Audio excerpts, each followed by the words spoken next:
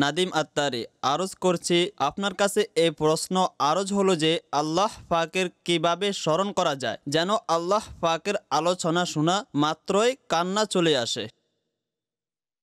হা হা হা। আল্লাহ করিম আমাদের অন্তর নরম করে দিন। অন্তর অধিক কঠোর হয়ে গেছে। কঠোরতা সৃষ্টি করার এত মাধ্যম আমরা একত্রিত করে রেখেছি, যেগুলো বাস অন্তর নরম হতে দেয় না। যতক্ষণ পর্যন্ত আমাদের অন্তর নরম হবে না, তাহলে স্বাভাবিকভাবে বিনয় নম্রতা কিভাবে আসবে?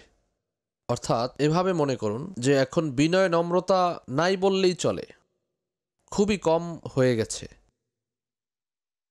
হালাল রিজিকের ব্যবস্থা করুন আর শুধুমাত্র হালাল খাবারই খাবেন। সন্দেহযুক্ত থেকে বেঁচে থাকুন, সন্দেহযুক্ত খাবার খাওয়া থেকে বিরত থাকুন। যদিও এ থেকে বাঁচা খুবই কঠিন কাজ, তবে যতটুকু সম্ভব চেষ্টা করুন। অযথা কথা, এটাও অন্তরকে কঠোর করে থাকে। এর থেকে কোথায় আমরা বাঁচতে পারি? কারণ ব্যতীত হাসা, এটাও অন্তরকে শক্ত করে দেয়। আমরা এ থেকে কোথায় বাঁচি?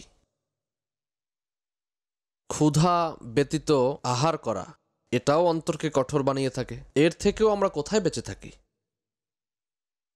অতপর প্রত্যেক গুনাহ যা অন্তরের কঠোরতার মাধ্যম হয়ে থাকে। তো আল্লাহ করিম বাস আমাদেরকে নেক বানিয়ে দিক।